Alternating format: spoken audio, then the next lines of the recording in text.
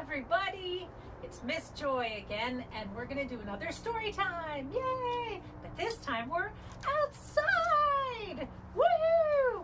Because as you all know, we need to stay in our homes, right? But we can stay nearby our homes, right? We could be in our house and do lots of fun things there, but we can also be outside. But we're not really supposed to be around other people. So it can be nice to take a walk around where you live and take even a walk or a bike ride with your family members. That would be really fun. So I hope you're all healthy. And today I have a whole bunch of books by the same author. The same man wrote all these books and so many more. And his name is Mo Willems. He's great. I bet you've read a lot, or maybe some, hopefully, of his books. So he's written The Elephant and the Piggy. He's written the Pigeon books. So he is so great. But first, we're going to do our little exercise song, because we always start that way when we do story time, right? At the library or wherever. So here we go. Head and shoulders, knees and toes, knees and toes. Head and shoulders, knees and toes, knees and toes, and eyes and ears and mouth and nose. Head and shoulders, knees and toes, knees and toes. Can you do it faster? Let's do it one more time. I better move my book. Head and shoulders, knees and toes, knees and toes. Head and shoulders, knees and toes, knees and toes, and eyes and ears and mouth and nose. Head and shoulders, knees and toes, knees and toes. Yay! Good job. So our first book is The Pigeon Wants a Puppy. And of course it's by Mo Willems. Yay! And this pigeon is saying, I really do. Let's find out about that. Did you know these are called the end papers? They're in the beginning of the book, of every book, and the end. Sometimes the end papers are part of the story. So see if you catch that in any of these books. Words and Pictures by Mo Willems, Hyperion Books for Children, New York Publishers. Oh, hello. How are you? I'm fine, thanks for asking.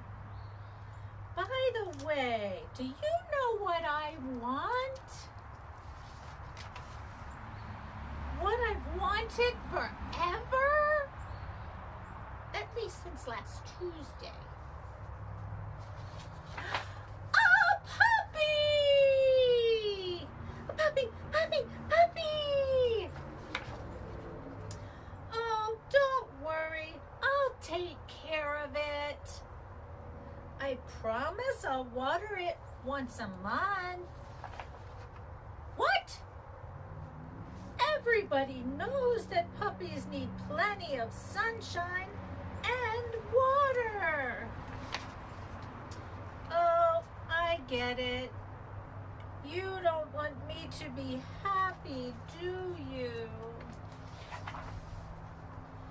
You don't want me to take a piggyback ride on my puppy or play tennis with it. You just don't understand. I'm a puppy-loving pigeon. Aww, puppies. All the hearts around it. I want a puppy right here, right now. Wow. Pigeon. Woof. What's that? Woof, woof. Is it possible? Have my dreams come true? Woof. Ah! Pigeon screams. It's huge! The teeth, the hair, that wet nose, the slobber, the claws. I mentioned the teeth, right? no idea, says the pigeon.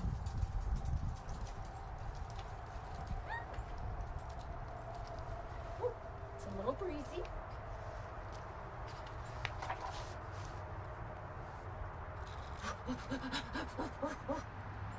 I've changed my mind.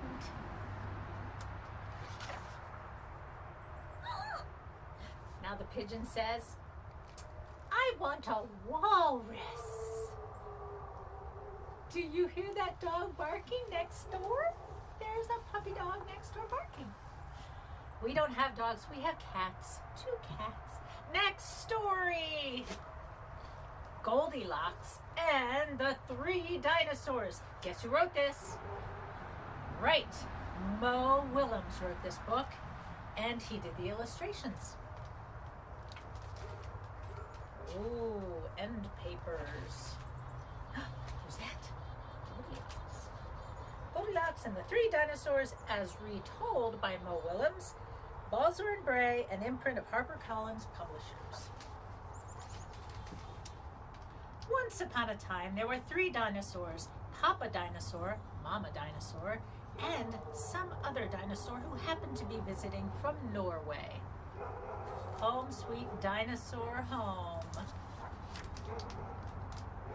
One day, for no particular reason, the 3 dinosaurs made up their beds, positioned their chairs just so, and cooked 3 bowls of delicious chocolate pudding at varying temperatures. Oh boy, said Papa Dinosaur in his loud, booming voice. It is finally time to leave and go to the, someplace else. Yes, continued Mama Dinosaur, I sure hope no innocent little succulent child happens by our unlocked home. Well, we are, someplace else.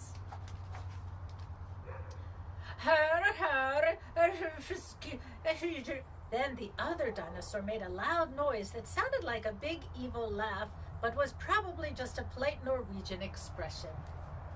The 3 dinosaurs went someplace else and were definitely not hiding in the woods waiting for an unsuspecting kid to come by.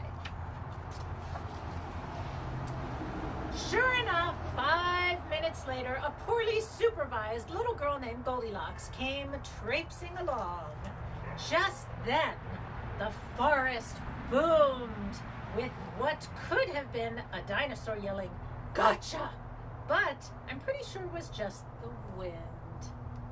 The loud noise was immediately followed by another loud noise that sounded kind of like, "Be patient, Papa Dinosaur. The trap is not yet sprung." But that could have been a rock falling or a squirrel.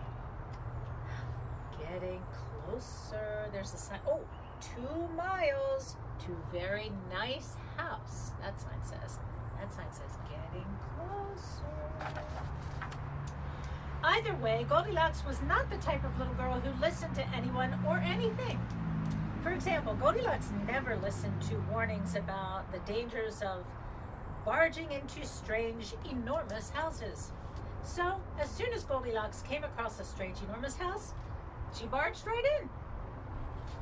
"Welcome, he," says the welcome mat out front. Inside, Goldilocks immediately smelled the 3 bowls of delicious chocolate pudding. Said Goldilocks. That chocolate pudding smells delicious. If only I could get all the way up to the top of that counter. Then Goldilocks noticed a very tall ladder that just happened to be there and certainly wasn't left on purpose. Goldilocks climbed up the ladder and found herself face to face with 3 gigantic bowls of chocolate pudding. The first bowl of chocolate pudding was too hot, but Goldilocks ate it all anyway because, hey, it's chocolate pudding, right? The second bowl of chocolate pudding was too cold, but who cares about temperature when you've got a big bowl of chocolate pudding? Not her. Yum, yum, yum. The third bowl of chocolate pudding was just right, but Goldilocks was on such a roll by now, she hardly noticed. Whoa, she really likes chocolate pudding. Soon Goldilocks was stuffed like one of those delicious chocolate-filled little girl bonbons, which, by the way, are totally not the favorite things in the whole world for hungry dinosaurs. Tired and groggy, Goldilocks noticed 3 chairs in the living room, so she climbed down the ladder and walked out of the kitchen. The first chair was too tall. The second chair was too tall. But the third chair was too tall. Goldilocks was going to climb that high just to sit in some chair, so she hiked over to the bedroom. When she got there, Goldilocks noticed that the beds were also gigantically big. "What is going on around here?" groaned the exhausted girl. "The bears that live here must be nuts." Just then, the room filled with a loud, booming noise that was either a passing truck or a dinosaur gloating. "A few more minutes and she'll be asleep. Delicious chocolate-filled little girl bonbons are yummier when they're rested." Even a little girl who never listens to anyone or anything had to hear that. Goldilocks took a minute to stop and think, which was longer than she was used to stopping and thinking. "Hey," she told herself, "this isn't some bear's house. This is some dinosaur's house." She saw the sign that said "Home Sweet Dinosaur Home." See, it's good to know how to read. You can read signs. Say what you like about Goldilocks, but she was no fool. As quickly as she could, she ran to the back door and got out of there. And if you could read, you would see, well, it's upside down for you, but I can see it. It says, "Wipe your talons" on the welcome mat. Whoa, wipe your talons. Yikes. Or on the mat right by the door. Just then, a loud plane flew by, which sounded pretty much like a trio of dinosaurs yelling, "Now!" or "Charge!"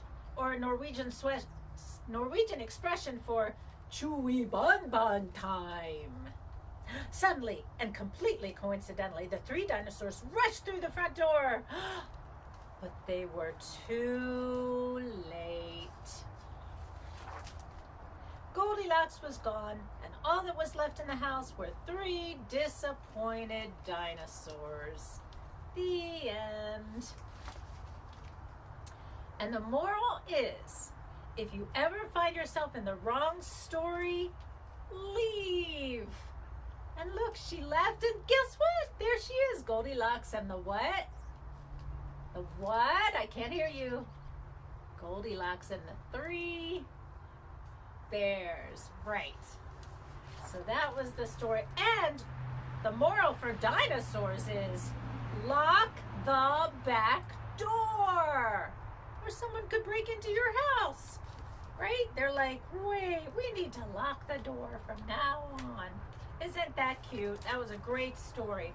Okay, I think we have time for one more. Which one to pick? There's so many good ones. They're all by Mo Willems. This one is called Sam, the Most Scaredy Cat Kid in the Whole World. If we don't get to this, come to the library when it opens. Get this book. And another Pigeon book. We probably won't have time for a second one today, but don't let the pigeons stay up late.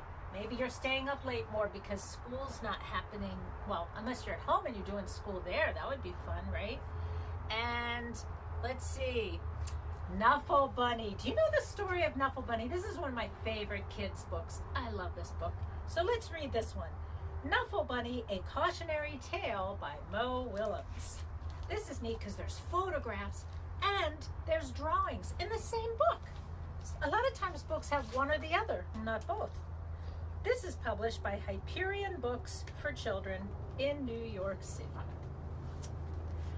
Trixie and her dad went down the block, through the park. I hope you can see these pictures. I think I should try to move forward a little bit because they're really nice pictures. Trixie and her dad went down the block, through the park, past the school, and into the laundromat. Trixie helped her daddy put the laundry into the machine. She's wearing something on her head, right? Oh, silly, she's got pants on her head and a sock on her hand. She even got to put the money into the machine. Wow, that's fun. Then they left. But a block or so later, Trixie realized something. Trixie turned to her daddy and said,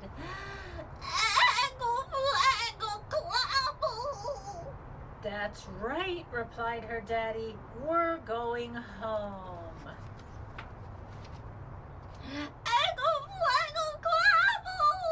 Said Trixie again. Mommy Flappy. Snurp. "Now please don't get fussy," said her daddy. Well, she had no choice. Trixie bawled. She went boneless. Have you ever done that? Where like you just kind of pretend you have no bones for a second and kind of slide onto the floor? That can be fun. She did everything she could to show how unhappy she was. She's flapping her arms and everything. By the time they got home, her daddy was unhappy too. Yeah, she's really fussing, right? Really, but maybe you have a little brother or sister that fusses. So you've heard that before, right? As soon as Trixie's mommy opened the door, she asked, "Where's Knuffle Bunny?" She knew.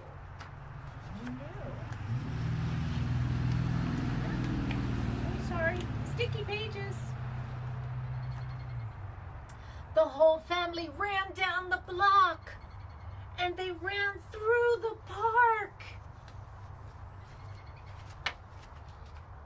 They zoomed past the school and into the laundromat.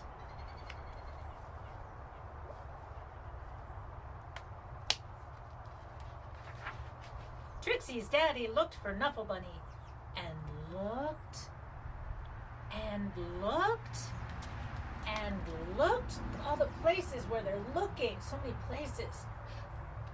But Knuffle Bunny was nowhere to be found. Oh, Trixie's so sad. What's going to happen next? So Trixie's daddy decided to look harder until Knuffle Bunny! They found Knuffle Bunny! And those were the first words Trixie ever said. That's right, she was going burble, snurble, glurble, and now she said, Knuffle Bunny! Her first words. Maybe you remember what your first words were. Maybe if you don't remember your first words, maybe your mom or your dad or your grandma or grandpa remembers what they were. So ask them if they remember what you said for the very first time, your first words. And if you're not reading now, you'll be reading your first words soon. Won't that be great?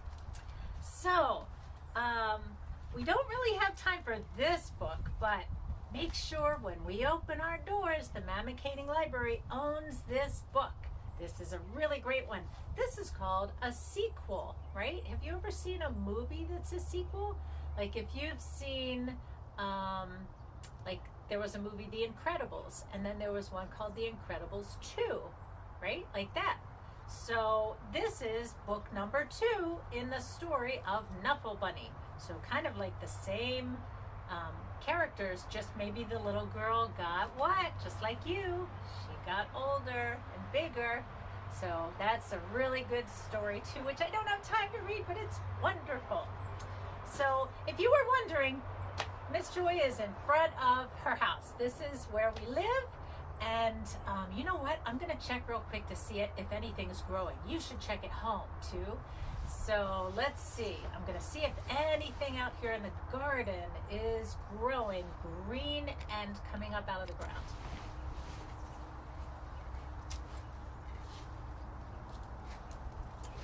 Let's see. What is over here? Oh boy. Look! Green things! Green things. Here's little tiny green things. I think they're crocuses maybe.